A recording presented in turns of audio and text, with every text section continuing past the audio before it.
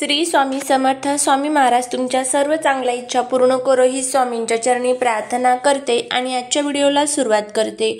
उद्या आहे 29 जानेवारी वार बुधवार आणि या दिवशी आलेली आहे वर्षातील पहिलीच मौनी अमावस्या. मौनी अमावस्येच्या दिवशी आपल्याला एक दिवा लावायचा आहे. दिवा हा बुद्धीचे, ज्ञानाचे आणि त्यागाचे प्रतीक असतो. दिवा लावल्यामुळे आपल्या जीवनातील सर्व जो काही शत्रूंचा त्रास आहे तर तो संपून जाईल. शत्रू हा तुमच्या समोर लोटांगण घालेल. आपल्या जीवनातील 7 पिढ्यांचं दारिद्र्य नष्ट होईल आणि गरिबी संपेल. असा हा प्रभावी उपाय उद्या आपल्याला मौनी अमावस्येच्या दिवशी करायचा आहे. प्रत्येक महिन्यामध्ये अमावस्या येत असते आणि अमावस्या तिथीला एक वेगळंच महत्त्व असतं. पण ही जी मौनी अमावस्या असते तर ती सर्वात श्रेष्ठ आणि विशेष मानली जाते, कारण या दिवशी आपण मौन व्रत पाळत असतो. मौन व्रत जर तुम्हाला दिवसभर पाळणं शक्य नसेल तर सकाळी उठल्यानंतर आंघोळ करेपर्यंत तुम्हाला मौन व्रत पाळायचं असतं. याने देखील आपल्याला खूप फायदा होत असतो. त्याचबरोबर आता हा दिवा आपल्याला कशासाठी लावायचा आहे तर आपल्या घरामध्ये अनेक अडचणी येत असतात, दुःख येत असतात, संकट येत असतात आणि त्यामुळे आपण त्या सर्व ज्या अडचणी आहेत तर त्याला कंटाळून गेलेलो असतो. त्यासाठीच आपल्याला हा दिवा लावायचा असतो. वेगवेगळ्या प्रकारच्या देवी देवतांसाठी आपण वेगवेगळ्या प्रकारचे दिवे लावतो. त्यामध्ये माता लक्ष्मीला प्रसन्न करण्यासाठी आपण तुपाचे दिवे लावतो. हनुमंतरायांना प्रसन्न करण्यासाठी आपण चमेलीच्या तेलाचा दिवा लावतो. त्याचबरोबर शनिदेवांना प्रसन्न करण्यासाठी आपण मोहरीच्या तेलाचा दिवा लावतो. त्याच पद्धतीने आपल्या घरातील दोष, दुःख, दारिद्र्य, अडचणी, पैशांच्या अडचणी हे जे सर्व दोष आहेत तर ते संपवण्यासाठी आपल्याला हा जो दिवा आहे तर त्या उद्या मौनी अमावस्येच्या दिवशी लावायचा आहे.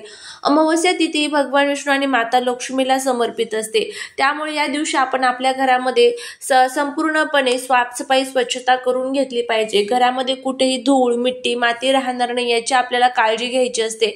त्याचबरोबर उंबरट्यावरती उद्या एक तांब्याभर पाणी तुम्हाला टाकायचं आहे. त्यानंतर एक उपाय करायचा आहे, त्याचा व्हिडिओ चॅनलवरती टाकलेला आहे, तोही चेक करू शकता.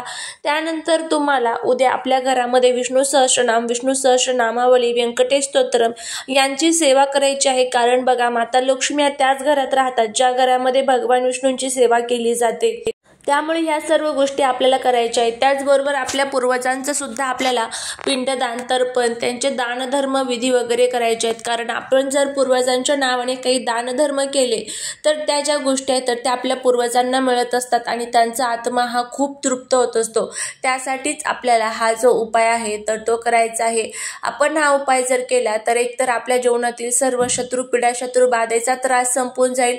घरामध्ये जर काही पैशांच्या अडचणी येत असेल, आपण खूप कष्ट करतो, मेहनत करतो, पण त्या कष्टाचं, मेहनतीचं फळ आपल्याला मिळत नसेल, कोणतंही काम हातामध्ये घ्या ते निर्विघ्नपणे पार पडत नसेल, आरोग्य संबंधित अनेक अडचणी घरामध्ये येत असेल, सतत भांडण, कटकट, वादविवाद होत असतील तर हा जो उपाय आहे तर तो उद्या सकाळी तुम्ही जर केला तर नक्कीच तुम्हाला त्याचे जे फायदे आहेत तर ते बघायला मिळतील. सर्व दुःख, दोष, अडचणी दूर होऊन भगवान विष्णू आणि माता लक्ष्मीची भरभरून आपल्यावरती कृपा होईल. त्याचबरोबर जर कुटुंबाची प्रगती थांबलेली असेल, मुलांची प्रगती थांबलेली असेल, त्याचबरोबर कुठेतरी कुंडलीमध्ये ग्रहदोष, वास्तुदोष घरामध्ये तयार झालेले असतील, घरामध्ये नवरा बायकोचं जर जमत नसेल, त्याचबरोबर आईवडिलांचं जमत नसेल आणि अनेक ज्या काही अशा अनेक अडचणी तुम्हाला येत असतील तर त्यासाठी तुम्ही हा जो दिवा आहे तर तो आपल्याला लावायचा आहे. एक प्रकारे हा दिवा आपल्याला कशासाठी लावायचा आहे तर आपल्या घराच्या, कुटुंबाच्या, मुलांच्या प्रगतीसाठी, घरातील ज्या काही तुमच्या मनातील कठीणातील कठीण इच्छा आहे तर त्या पूर्ण व्हाव्या यासाठी आणि माता लक्ष्मीने भरभरून आपल्या घरावरती त्यांचा कृपा आशीर्वाद द्यावा यासाठी आपल्याला हा उपाय करायचा आहे. माता लक्ष्मी म्हणजे फक्त पैसाच नाही, माता लक्ष्मी म्हणजे घरामध्ये सुख, शांती, समृद्धी, धन, धान्य, आयु आरोग्याची बरकत असणे म्हणजे माता लक्ष्मी. त्यासाठीच आपल्याला हा जो दिवा आहे तर तो लावायचा आहे. आता दिवा लावत असताना सर्वात प्रथम तुम्हाला इथे मातीची पणती घ्यायची आहे. मातीचीच पणती घ्यायची, कारण मातीची पणती ही माता लक्ष्मीला खूप खूप प्रिय असते. त्यामुळे ती घेत असताना व्यवस्थित असावी. कुठेही तुटलेली, फुटलेली किंवा खराब झालेली अशी मातीची पणती चुकूनही आपल्याला घ्यायची नाहीये. नंतर तुम्हाला काय करायचं आहे तर ही जर मातीची पणती तुमच्याकडे जुनी असेल तर कुठे काळी वगैरे झालेली असेल तर ती स्वच्छ धुवून वगैरे घ्या. कारण उपायांसाठी आपण ज्या काही वस्तू वापरतो तर त्या स्वच्छ असणं तितकंच महत्त्वाचं आहे. आणि उपाय करत असताना एक गोष्ट लक्षात ठेवायची, आपल्याला कोणी रोखणार नाही, टोकणार नाही याची आपण काळजी घेतली पाहिजे. त्याचबरोबर उपाय करत असताना तो गुप्त ठेवत चला. इतर व्यक्ती म्हणजे बाहेरचे आपले शेजारी असतात, रिलेटिव्ह असतात, तर त्यांना सांगायचं नाही, कारण लोकांच्या मनामध्ये आपल्याबद्दल काय भावना आहे हे आपल्याला देखील माहीत नसतं. त्यामुळे उपाय हा गुप्त ठेवत चालायचा आणि त्यानंतरच आपल्याला ते उपाय करायचे असतात. तर अशा पद्धतीने हे संपूर्ण नियम पाळून आपल्याला हा जो उपाय आहे तर तो करायचा आहे. उद्या सकाळी 11 वाजायच्या अगोदर तुम्ही हा उपाय करू शकता. सकाळी सकाळी सर्वात प्रथम लवकर उठायचं आहे, स्वच्छ आंघोळ करायची. अंघोळीच्या पाण्यामध्ये तुम्हाला थोडेसे काळे तीळ आणि गंगाजल टाकून अंघोळ करायची आहे आणि त्यानंतर रोजची आपली घरातली जी देवपूजा असते तर ती करून घ्यायची आहे आणि नंतर तुम्हाला हा उपाय करायचा आहे. एक प्लेट घ्यायची आहे, त्या प्लेटमध्ये तुम्हाला हा जो दिवा आहे तर तो ठेवायचा आहे.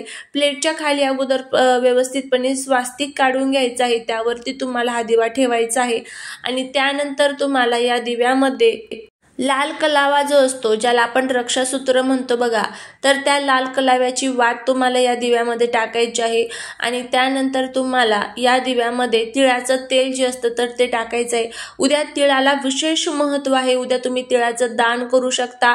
त्याचबरोबर तिळाला उद्या तुम्ही अंघोळीच्या पाण्यामध्ये टाकायचं आहे. याने आपल्या घरातील सर्व जे काही पितृदोष आहेत तर ते सर्व दूर होत असतात. तिळाचंच तेल टाकायचं. आता नसेल तर काय करावं? नसेल तर मग तुम्ही तुमच्याकडे जे कोणतं तेल असेल ते तुम्ही वापरू शकता, पण प्रयत्न करा की तुम्ही तर तिळाचंच तेल वापराल. तिळाचं तेल टाकल्यानंतर तुम्हाला हा दिवा जो आहे तर तो प्रज्वलित करून घ्यायचा आहे. दिवा हा देवघरासमोर ठेवायचा आहे. त्यानंतर तुम्हाला या दिव्यामध्ये काही वस्तू टाकायच्या आहे. त्यामध्ये सर्वात पहिली तुम्हाला चिमूटभर हळद त्यामध्ये टाकायची आहे. चिमूटभर तुम्हाला दालचिनीची पावडर टाकायची आहे. आता दालचिनीची पावडर नसेल तर दालचिनी असेल तर ती सुद्धा तुम्ही थोडीशी तोडून टाकू शकता. त्यानंतर एक लवंग, एक वेलची तुम्हाला टाकायची आहे. हे सर्व साहित्य टाकायचं. त्यानंतर दिव्याला हळदी कुंकू अक्षदा व्हायच्या आहेत. माता लक्ष्मीला हळदी कुंकू अक्षदा तुम्हाला अर्पण करायच्या आहेत. माता लक्ष्मीला प्रार्थना करायची आहे आणि ह्या दिव्याच्या साहाय्याने सर्वात प्रथम तुम्हाला माता लक्ष्मीची आरती करायची आहे. लक्ष्मीची आरती झाल्यानंतर तिथे आसन टाकून बसायचं आहे आणि त्या आसनावरती बसून सर्वात प्रथम तुम्हाला कमला स्तोत्र, जी माता लक्ष्मीची अतिशय उच्च कोटीची सेवा आहे, तुमच्या घरामध्ये असणाऱ्या पैशांच्या अडचणी, इतर कोणत्या ज्या काही अडचणी असेल तर त्या दूर करण्यासाठी खूप खूप प्रभावी सेवा ही मानली जाते. तर तुम्हाला हा जो उपाय आहे तर तो तिथे करायचा आहे, म्हणजे ही सेवा तुम्हाला तिथे करायची आहे. कमला स्तोत्र हे तुम्हाला गुगलवरती मिळून जाईल. कमला स्तोत्र तुम्हाला एकदा वाचायचं आहे आणि माता लक्ष्मीला प्रार्थना करायची आहे आणि नंतर हा दिवा जळत आहे तोपर्यंत जळून द्यायचा. दिवा थंड झाला की दिव्यातलं जर साहित्य जळालेलं नसेल तर ते निर्मल्यामध्ये टाकून द्यायचं आहे आणि दिवा स्वच्छ करून परत तुम्ही घरामध्ये यूज करू शकता. तर अगदी अशाच पद्धतीने तुम्हाला हा जो उपाय आहे तर तो उद्या करायचा आहे. अगदी साधा सोपा उपाय आहे, पण तुम्ही जर केला तर नक्कीच तुम्हाला त्याचा अनुभव येईल. तुमच्या जीवनातील सर्व शत्रू संपून जातील. त्याचबरोबर जीवनामध्ये असणारं जे काही दारिद्र्य आहे, गरिबी आहे तर ते संपून आपल्या घरामध्ये पैशांच्या अडचणी दूर होतील आणि कुटुंबाची, मुलांची आपल्याला भरभरून प्रगती होईल. त्यांना खूप यश मिळेल. झालेली सेवा ही महाराजांच्या चरणी रुजू करते. तुम्हाला जर हा व्हिडिओ आवडला असेल तर लाईक, शेअर आणि सबस्क्राईब करायला विसरू नका. श्री स्वामी समर्थ.